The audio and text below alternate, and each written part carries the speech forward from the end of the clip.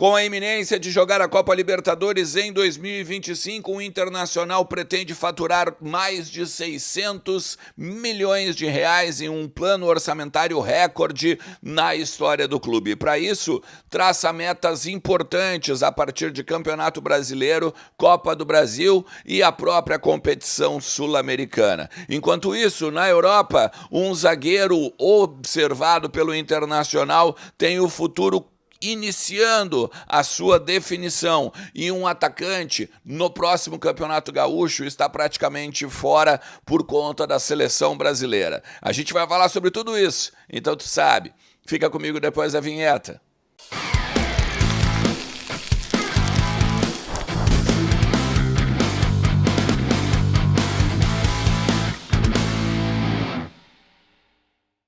Fala Colorado, fala Colorada, como é que vocês estão? Tudo certo? Tudo beleza? Bora falar do Internacional, atualizar as informações do nosso clube, entender um pouquinho do que está acontecendo no CT Parque Gigante e também nos corredores do Beira-Rio. Fica comigo até o final do vídeo, também te inscreve no canal e deixa aquele like bacana, sem contar o compartilhar do ladinho ali, bota nos teus grupos de WhatsApp, bota nas tuas redes e ajuda os conteúdos aqui. Não te esquecendo sempre que KTO.com é a melhor banca de apostas do Brasil e é a minha parceira aqui no canal. O cupom Ernest te dá 20% de bônus no teu primeiro depósito. Aproveita o link que está no comentário fixado ou então na descrição do vídeo, porque daí tu te cadastra lá com tudo certinho, bonitinho, não leva um minuto e tu tá presente da nossa turma lá em KTO.com. Joga com responsabilidade porque é um site para maiores de 18 anos, beleza?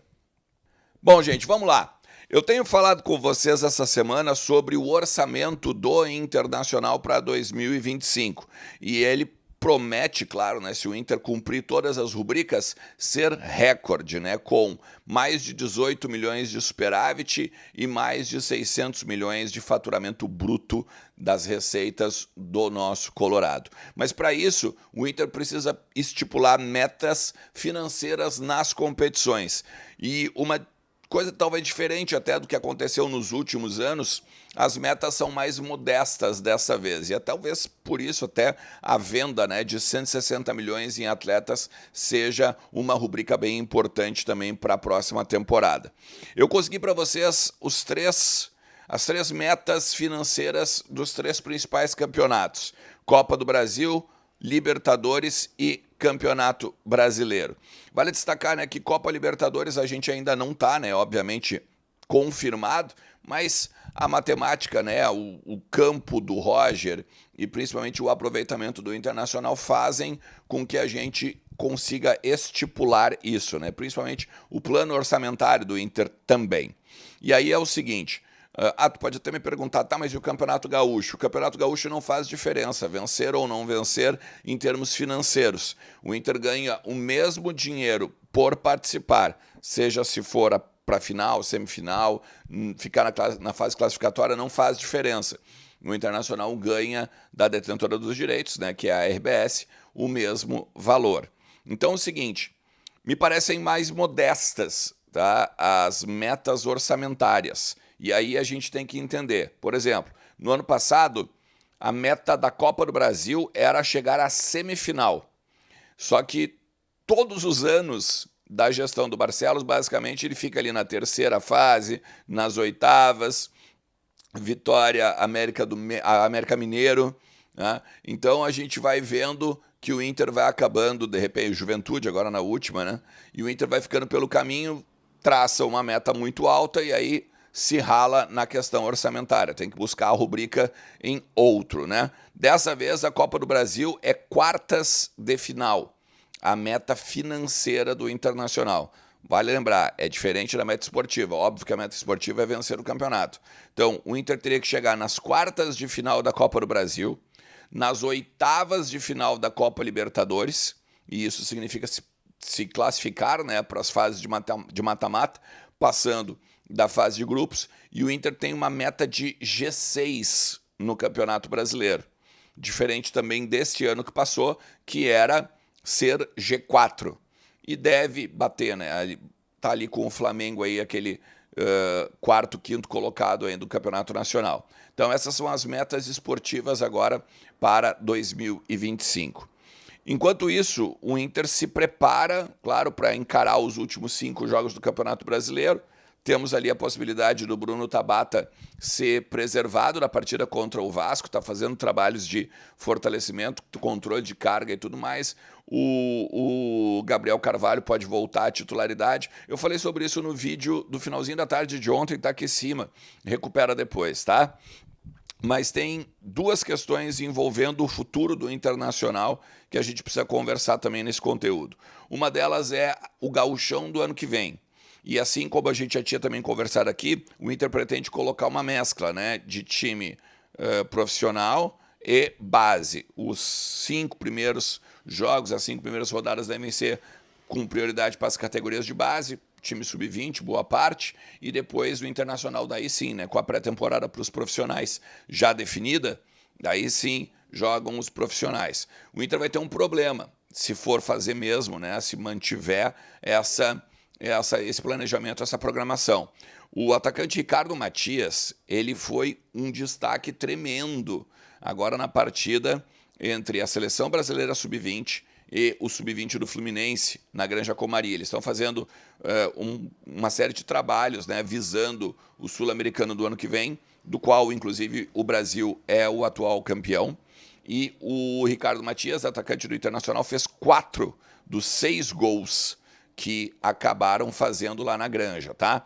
E aí, a tendência, ou se fala muito nos bastidores, que essa atuação do Ricardo Matias e os 4 gols chamaram muita atenção, não só da CBF, mas do técnico Ramon Menezes, quase que credenciando o jogador para estar na Copa que estamos falando, né, o Sul-Americano. E aí teria um problema, porque o Sul-Americano ele acontece de dia 23 de janeiro até o dia 16 de fevereiro, meu aniversário, inclusive. Então, a partir disso, o Ricardo Matias teria de estar com a seleção já desde o início de janeiro, perdendo então toda a preparação junto ao Internacional, né, com o Roger e tudo mais, e estando à disposição da amarelinha. Logo, a gente não teria um centroavante. Teria que pegar outro centroavante da base, ou daqui a pouco dar a alternativa para o Roger a partir do mercado. Então é uma coisa que o Inter já vai ter que se ligar agora para o ano que vem. E lá na Itália, uma outra questão envolvendo o futuro do Internacional. É novidade sobre o Juan Jesus.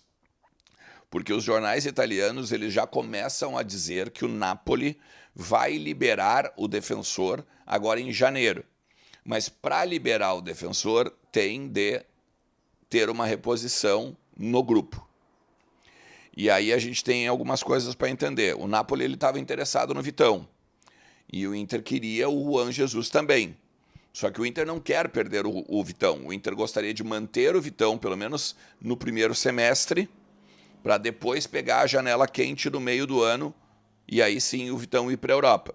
O Vitão até deu uma entrevista esses dias, né, dizendo que ele quer sim ir para a Europa, mas tem que ficar bom para o Inter e tem que ficar bom também para o clube europeu. Então, fica bom para ele, Vitão, fica bom para o Inter e fica bom para o clube europeu. Nesse quesito, não é bom para o Inter esta janela. Principalmente vai perder um zagueiro que é o titular. O Inter quer uma reposição ao Gabriel Mercado e entende que o Rogel e o Cleiton Sampaio são jogadores de grupo. Lembrando ainda, né, que o Rogel, no meio do ano, deveria voltar para o seu clube de origem, porque o Inter tem ele emprestado.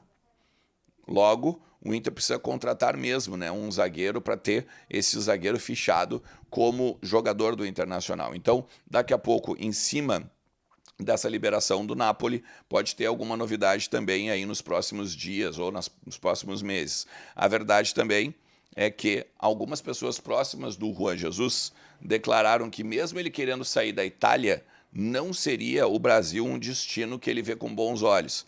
Ainda a partir do momento que ele tem uma idade que ainda poderia fazer alguns bons jogos e algumas boas temporadas na Europa, ele gostaria de ficar por lá. Então, é um jogador que a gente tem que ficar de olho, é claro, né? Toda a movimentação em cima do mercado colorado a gente vai trazer aqui no canal, nos programas do Vozes, no site do Vozes e tudo mais. Beleza? E se tu chegou até aqui, te agradeço demais. A gente vai conversando, porque sempre tem muito para tratar do nosso Colorado por aqui. Não te esquece que a Mais Ágil, ela pode te ajudar na questão financeira.